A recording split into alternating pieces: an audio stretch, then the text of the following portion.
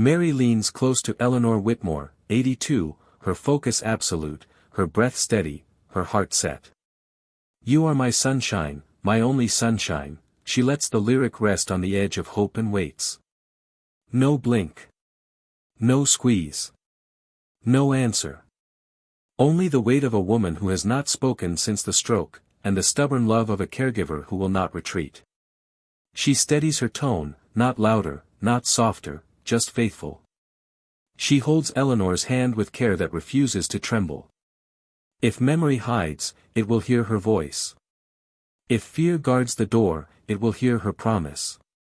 If loneliness has learned to live here, it will learn it is not alone. A presence presses at the edge of her awareness. Eyes on her. She keeps her poise, turns, and sees a tall man watching, silent, intent, held together by something that looks like grief and feels like history. Boundaries matter. So does safety. She meets his gaze without hostility, only duty and restraint. Sir, visiting hours ended at 9 o'clock. You cannot be here. A beat. A breath she can almost hear break. His answer lands where her resolve and his ache collide, clean and undeniable, the sentence that shifts the room inside both of them, the confession that lifts the story's pulse to its first peak. I just wanted to hear you sing. The words hang between them, intimate yet unclaimed. Mary does not chase him. She does not argue. She marks the truth in his voice, a tenderness that does not ask permission, and turns back to Eleanor with the same unwavering care. He steps away. She remains. The vow continues: protect the patient, honor the boundary, keep the song alive for the woman who cannot speak and the stranger who cannot stay. Mary keeps her hand around Eleanor's, her voice ready to rise again, not to fill silence, but to meet it, knowing that the next note must carry two listeners now, and one of them has already been moved. Nathan Whitmore. The name carries weight in boardrooms, yet in this hallway it carries only silence. He is the man Mary saw, Eleanor's only son. The son who built empires but never built peace with the woman lying still behind that door. His memories cut sharp. A father gone in an instant. A mother who never explained, only delivered him to the gates of boarding school with a folded list of supplies. She did not turn back, and Nathan learned quickly that longing had no place in his world. Letters came, typed, precise, signed with affection. Phone calls came, brief, scheduled, polite. But never the warmth he craved, never the arms he begged for in silence. He grew brilliant. He grew polished. Admired. Respected. But his heart calcified in the absence of her tenderness. He became the man who could close billion-dollar deals yet could not open the door to his own mother's room. When her stroke came, he moved mountains for her care. Money, facilities, doctors, all in place. Everything arranged, except the one thing she needed most. Him. Nathan stayed in the hallway, week after week, leaning against the wall just outside room 207. Nurses whispered. That's him, the cold one. Never goes in. They did not know that he once cancelled a critical meeting just to sit outside for 3 hours, watching through the thin crack of the door, whispering words he was too afraid to speak inside. I'm sorry. I should have been more. The sentence escaped him once, trembling, pressed into the empty space between them. A plea she could not hear. And so the ritual continued. Thursday evenings. The same hallway. The same distance. Nathan Whitmore, son of Eleanor, powerful in the world but powerless here, bound by silence, chained by memory, unable to take the single step that could change everything. Mary was never meant for quiet corridors or fading voices. Her life once spun on rhythm, on stages, on dreams bigger than she could hold. She had the kind of voice that made strangers stop mid-step, a gift people said could carry her anywhere. She believed them, until the day Tyler promised her everything and left her with nothing but an empty account and a child growing inside her. She chose her daughter, Susan, over the spotlight. At 25, she traded applause for survival. Music school became memory. Caregiving became necessity. Long hours, modest pay, but honest work, the kind that kept Susan fed and clothed. Still, her voice remained. Not for crowds, but for the small girl who called her mommy. And sometimes, for the patients who could no longer speak for themselves. She sat at Eleanor Whitmore's side, looking at the woman who hadn't spoken in 6 months. Her fingers traced gently over the frail hand, and without planning it, the song rose from somewhere deep. Somewhere over the rainbow, way up high. The melody was not performance, it was prayer. Each note a hand reaching into silence, refusing to let go. Midway through, her breath caught, not from the lyric, but from what her eyes swore they had just seen. A twitch. A deliberate blink. And then, impossibly, a tear slipping down Eleanor's cheek. Mary's heart surged, her voice breaking into a whisper. "Mrs. Whitmore. You're here, aren't you? You heard me." In that fragile moment, the line between silence and life blurred. And just beyond the doorway, unseen but watching, Nathan Whitmore stood frozen. A blink, a tear, and a song that reached deeper than medicine ever had. A blink, a tear, and a silent witness in the hallway, who is really waking up here, the mother, or the son? The moment did not vanish into memory. A motion-activated camera in the corner of the room caught everything, the song, the blink, the tear that slipped from Eleanor's eye. Later that night, during routine review, a nurse paused at the sight. She flagged the clip and attached it to Eleanor Whitmore's medical file. That file was synced automatically to her son. Nathan opened it alone in his office, long after midnight. The glow of his laptop lit his face as he pressed play. There was Mary, her golden hair pulled back, her voice trembling yet steady. And then he saw it, his mother's eye closing and opening with purpose, a tear slipping free. For years, he had told himself she was gone, even if her body remained. But here, in front of him, was proof. The man who never cried now broke. His hand covered his face, his shoulders shook, and for the first time in years his voice trembled out a single word. "Mama, you're still there." The syllables landed like a confession, fragile, desperate, full of love he thought had no place left to go. The next day, he came back. He told himself it was only to confirm what he had seen. But it wasn't. Something stronger had pulled him. Mary noticed him first. The man from the hallway. The same one who had once said he only wanted to hear her sing. He stood outside again, silent, watchful, lingering at the threshold. She did not call security. She did not send him away. She only looked at him long enough to know, he was no stranger to this room. He belonged to it, somehow, even if he could not step inside. The first time Mary saw them, they were waiting neatly at the door, white roses, tied with a simple ribbon. No card, no name, no explanation. Just flowers placed with intention. She bent down to lift them, confusion written in her hands, when she looked up and found him across the hall. His eyes betrayed him before his words could. Red-rimmed, watery, struggling to hide what had already been seen. "You always bring flowers?" she asked, her voice gentle but firm, leaving him no escape. He startled, then nodded once, almost ashamed of being caught. White roses were her favorite. The answer carried no performance, only truth.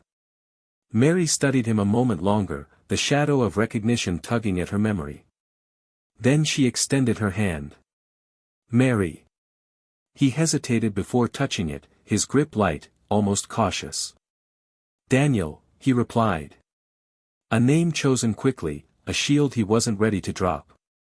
Their conversations began as fragments, brief, surface level. But fragments have a way of stitching together. The more he returned, the more the silence between them filled with words. One afternoon, his voice dropped lower, his expression sharpened by the weight of a question he had carried too long.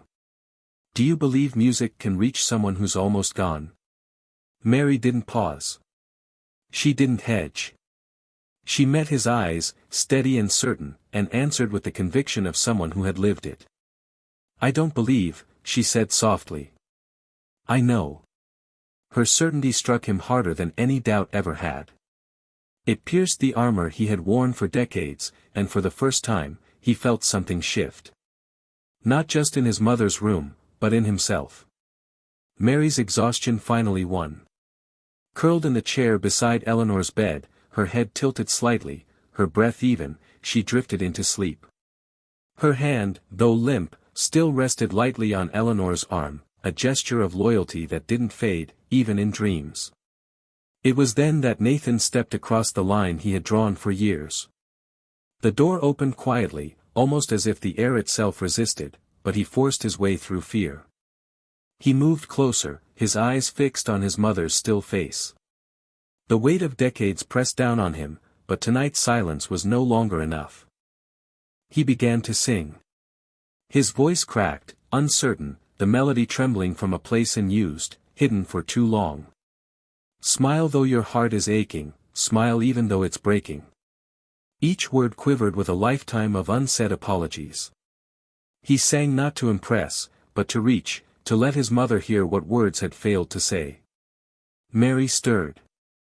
Her eyes fluttered open, adjusting to the sight before her, the man she knew only as Daniel, kneeling at Eleanor's side, singing like someone who had carried grief far too long.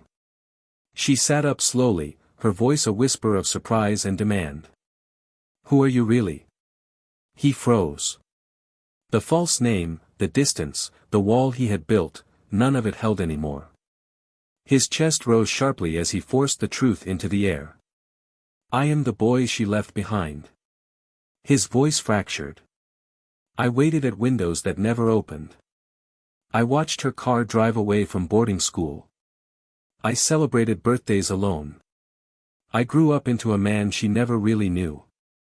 And still, his throat closed, but he pressed forward. "She's my mother."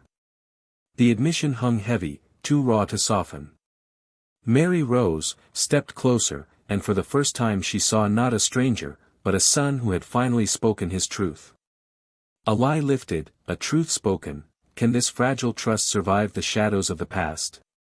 The call came suddenly. Susan was sick at daycare, fever climbing fast, and Mary's chest clenched with panic. No car. No time. No options. "Need a ride?" The voice startled her. Nathan stood there, keys in hand, not offering out of pity, but with quiet certainty. The drive was silent at first, the only sound Susan's soft breathing in the back seat. Then her small voice broke through the stillness. "Are you my daddy?" Mary's face flushed, words scrambling. "Sweetheart, no. He's just a friend." But Nathan's eyes met hers in the rearview mirror, and his reply was calm, careful, and tender. "No, I'm not, Susan. But I'll always be around if you need me, okay?" The little girl blinked, then nodded, as if she already believed him. At the diner later that evening, Nathan coaxed Susan to eat soup, told her a silly story about a giraffe who sang lullabies, and even made her giggle between sips. Mary watched in silence, something stirring in her chest. This man who carried himself like steel was capable of gentleness she hadn't imagined. That night, when Susan finally slept in her bed, Mary brought Nathan tea. They sat on her worn couch, the space between them filled with the quiet honesty of two people with nothing left to prove. Nathan spoke, voice low but unguarded. "Every weekend at boarding school, I would sit by the window, waiting for her car to appear. I told myself I didn't care. But I always waited. She never came. Not once. I used to think something was wrong with me. That if I had been better, more lovable, maybe she would have chosen me." Mary's hand reached for his, steady and certain. Her voice carried no hesitation. "There was never anything wrong with you, Nathan." Her words struck deeper than comfort. They carved open the possibility that maybe, for the first time, he could believe it. Susan's laughter filled the air as she ran across the grass, the spool of string slipping through her little hands.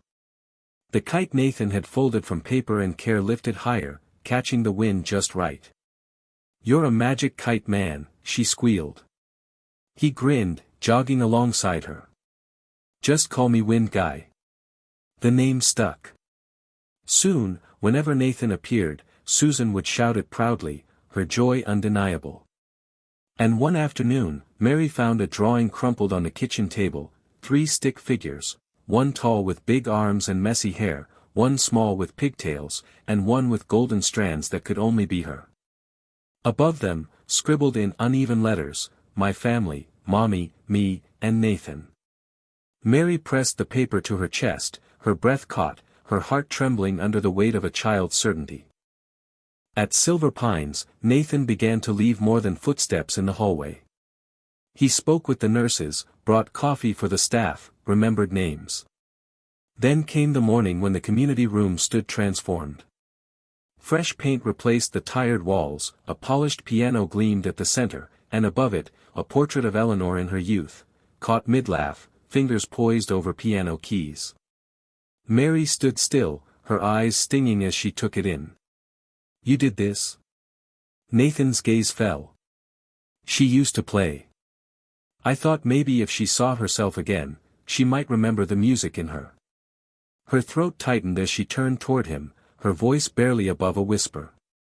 "You didn't just change a room, Nathan. You're changing people." For a man who had lived a lifetime thinking love was beyond him, the words felt like proof that perhaps, step by step, he was becoming someone new.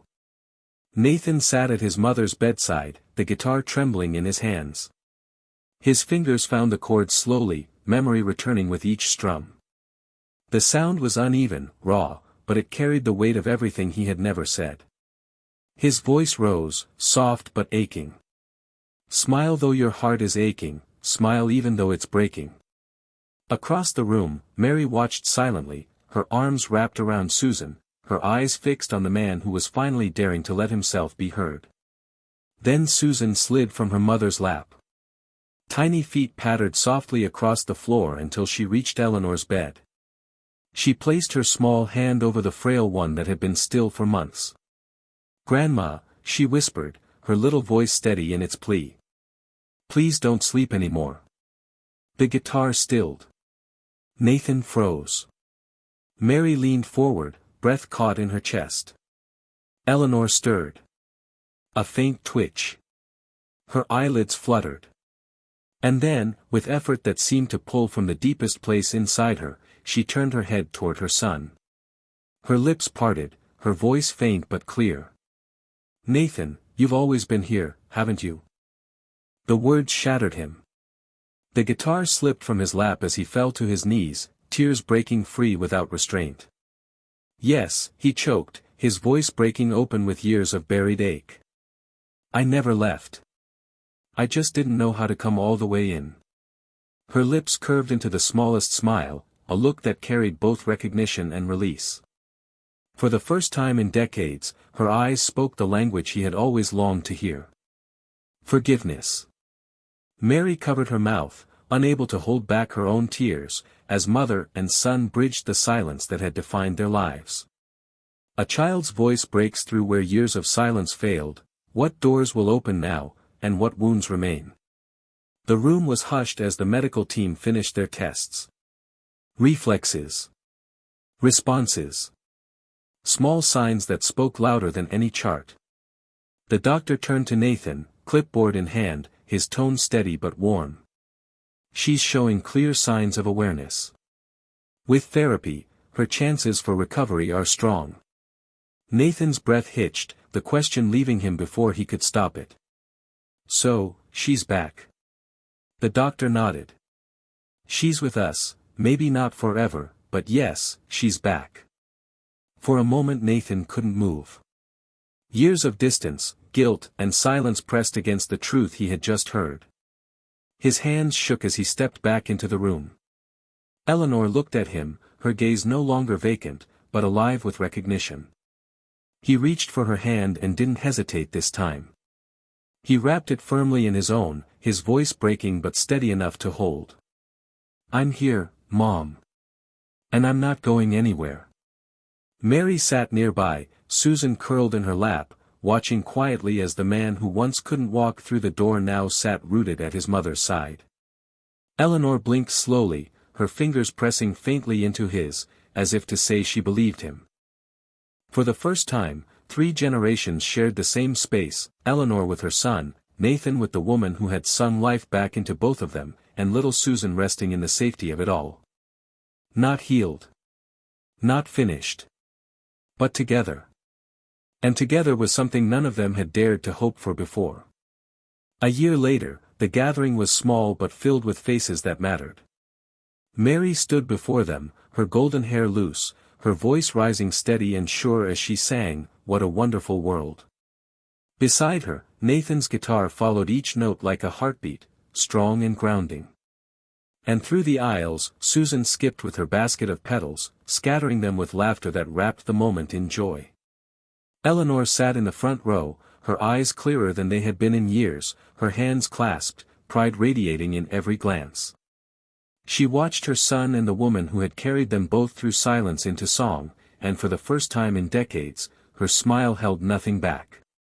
The music ended, the final note lingering just long enough to silence the world around it.